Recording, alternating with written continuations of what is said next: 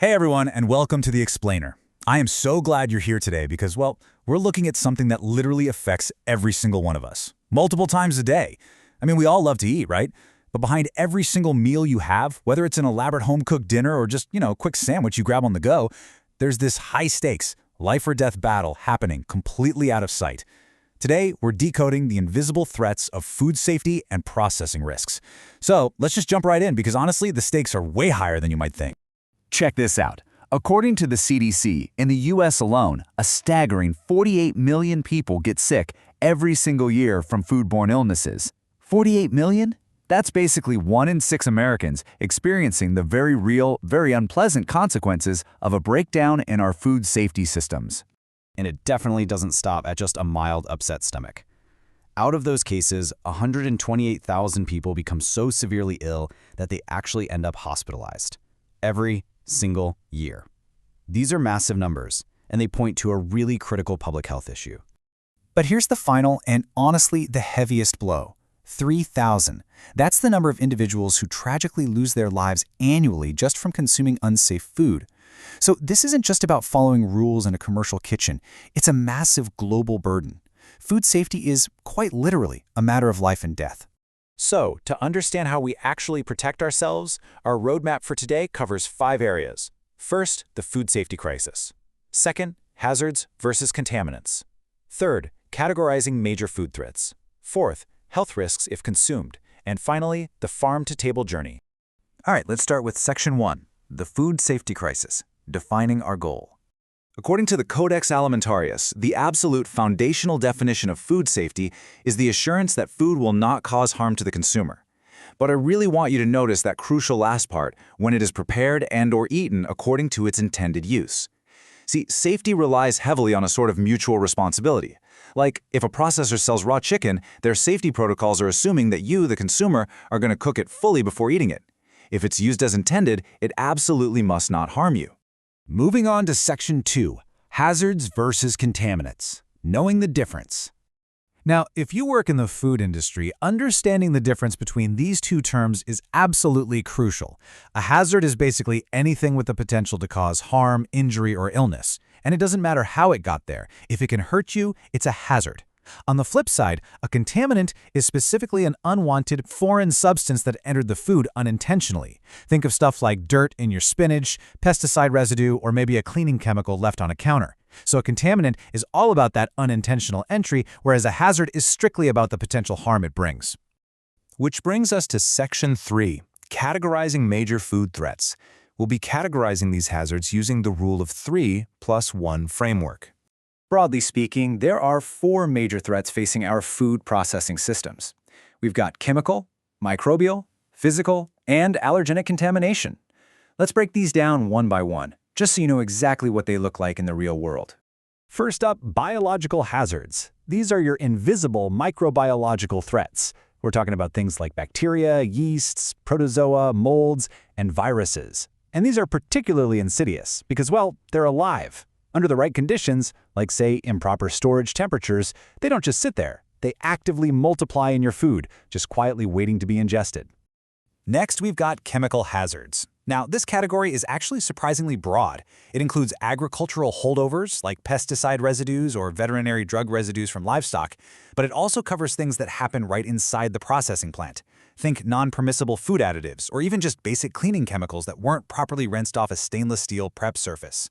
Then we shift gears to the tangible stuff, physical hazards. These are literal foreign objects that accidentally drop into the processing line.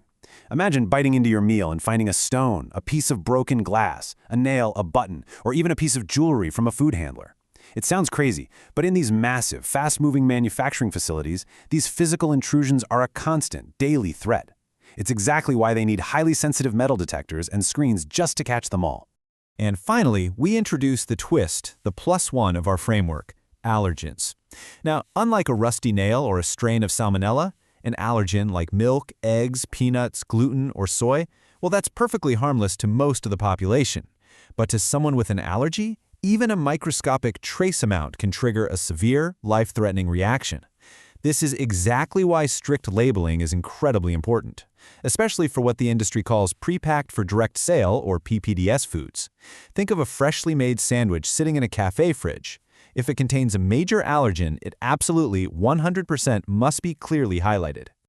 All right, let's look at Section 4, Health Risks if Consumed, the consequences of exposure when safety protocols fail. As you can see, there's a very direct cause and effect here. If you consume a biological hazard, you're looking at infection. We're talking food poisoning, fever, dehydration, and in really severe cases, outright organ failure. If it's a chemical hazard, the risks are toxic effects. That means nausea, dizziness, liver or kidney damage, hormone disruption, and with long-term exposure, potentially even cancer. And if a physical hazard slips through, you are looking at immediate painful injury, broken teeth, severe cuts inside your mouth, choking, or serious internal injuries as that object passes through your digestive tract. But we have to remember, these hazards do not affect everyone equally. We really need to ground this data in human reality. The high-risk groups who face the absolute greatest, most life-threatening consequences from these failures are children, the elderly, pregnant women, and immunocompromised individuals. For these populations, what might just be a mild 24-hour bug for a healthy adult, well, it can easily be a fatal encounter. Finally, let's dive into Section 5, the farm-to-table journey, where these risks actually enter. The food supply chain is, quite frankly, incredibly complex. It's like a giant puzzle.